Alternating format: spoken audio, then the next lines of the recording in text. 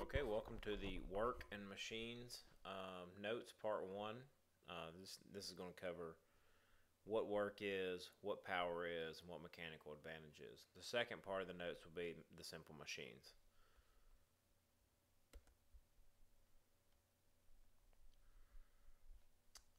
So what is work?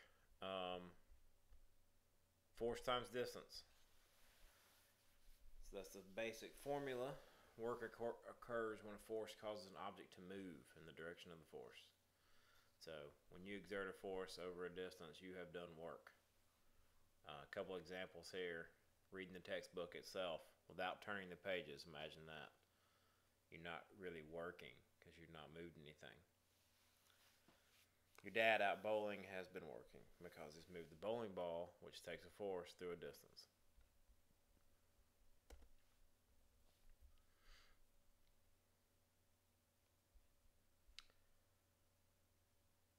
Applying a force doesn't always result in work being done. If for work to be done, there has to be movement, right? You can push and push on a wall all day long, but if it doesn't really move, then it's not moved the distance. So, direction of the object is the same as the direction of the force applied. This is oftentimes a confusing concept. I'm trying to see if there's an example here.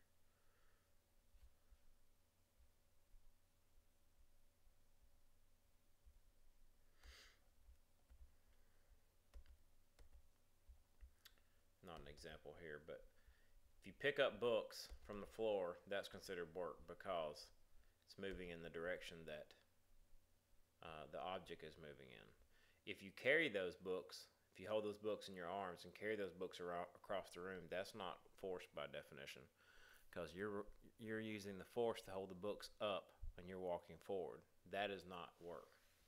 So this is oftentimes a confusing concept. If you remember in class, I showed the slides where the girl's bowling, she was working, but then the people walking with the baskets on their head in the river were not working because the force is being applied up to hold the basket up and they're walking forward. Not work.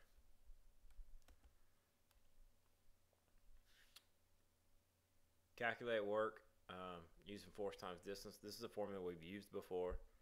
When we talked about mechanical energy, potential and kinetic energy.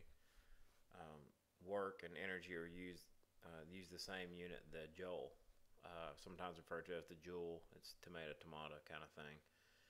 But force expressed in newtons, distance expressed in meters usually in science, and then work is expressed in joules.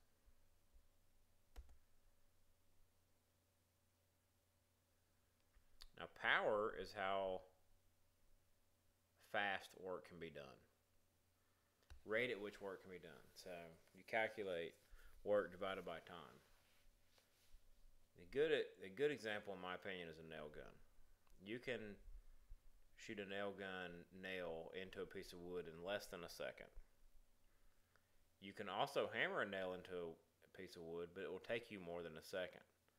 As a result of the nail gun getting it done in less than a second, it is by definition more powerful.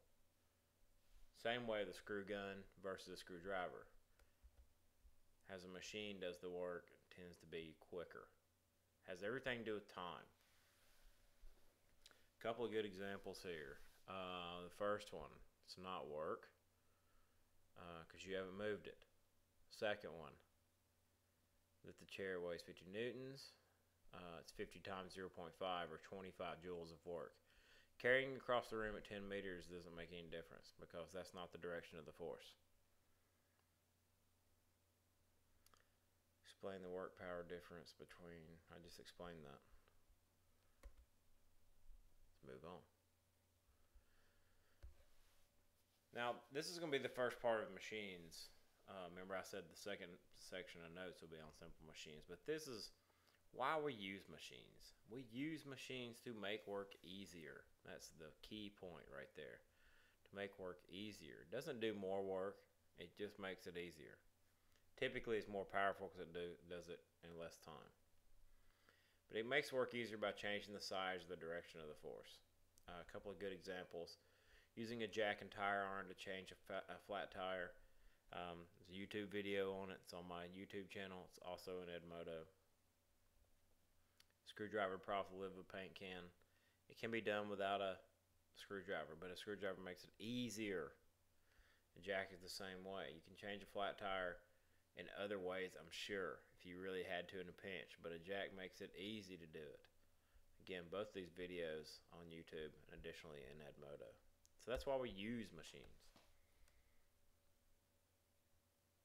Work input and work output. Good to know what these terms really mean. Work input. It's really the work you do on a machine. Like for instance with the jack, jacking the car up, you're twisting you're turning the handle. And as a result of you turning the handle, the jack goes up. With the paint can, the screwdriver, so the jack going up is the work output. The screwdriver to pry the lid off the paint can, you're applying force to the screwdriver. As a result of you putting that work into the screwdriver, the paint can goes up, right? So what is work output? It's what's done by the machine. The paint can lid is the work output done by the machine, which was the screwdriver. So work input, what you do. Very key, what you do for the machine. Work output, what's done by the machine itself.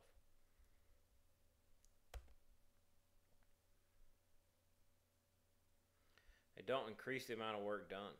It's the same amount of work. It just comes down to force and distance.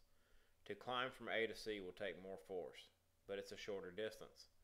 You can go to the same location C from location B by walking up this ramp. This will take a lot less force, but it increases the distance. One or the other has to increase.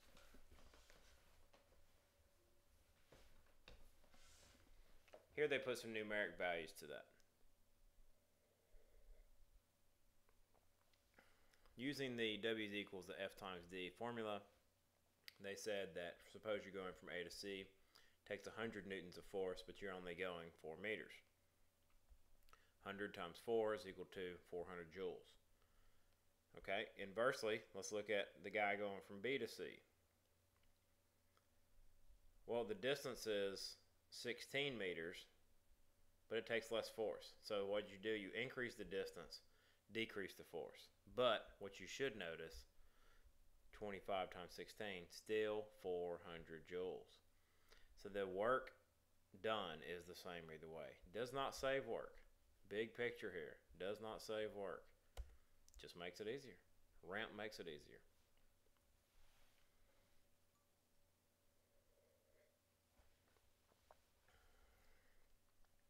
Force distance trade-off.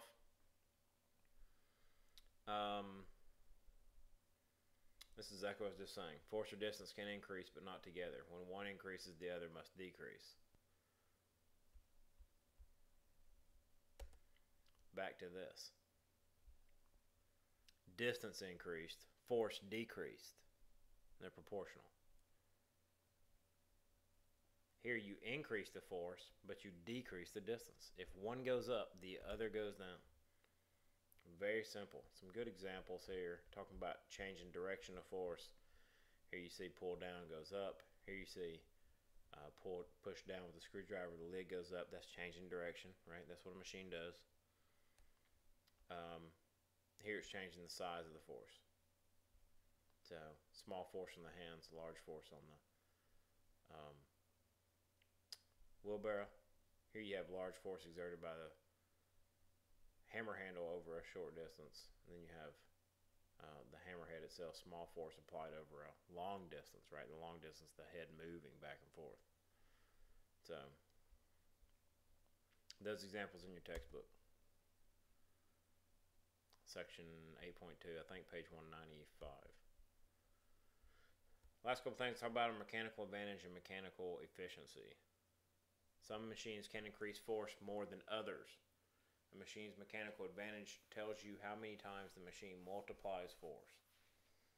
So how much work can it do? That's really what, or how much force can it exert? So mechanical advantage is equal to output force over input force. If you see the girl down here in the picture, she's using a hand truck. hand truck is a good example of a machine. It's actually a couple machines.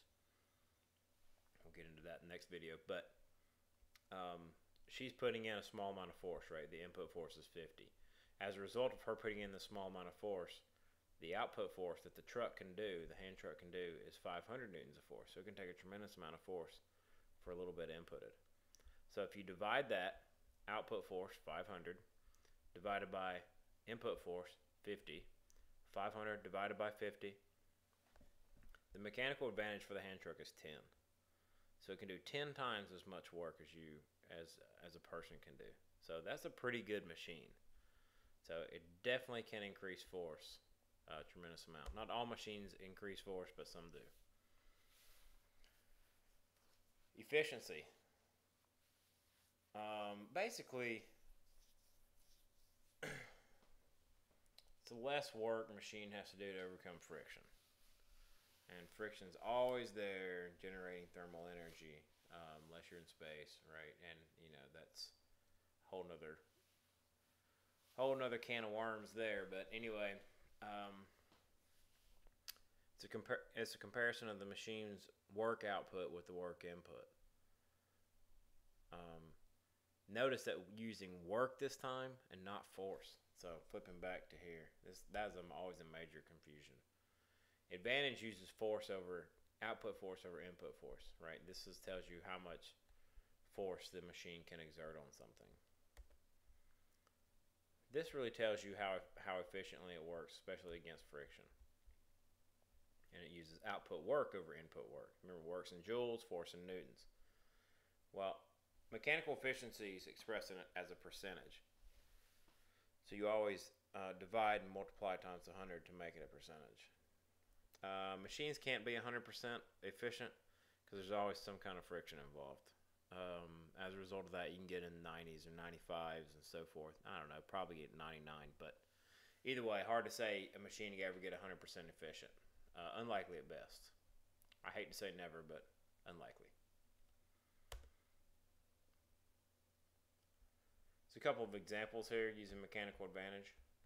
I'm not going to sit here and go through every one of these with you. Just remember it's output force over input force. This is definitely mechanical advantage because you're dealing with force. So 2,000 over 200, right? This one's 10 over 10. That's a good point. Can such a machine be useful? Look at this problem. Pause the video. Calculate it. See if you can figure out what I mean by this. Which of these two make work easier to do? And it's definitely one of them makes work easier to do. See if you can figure it out.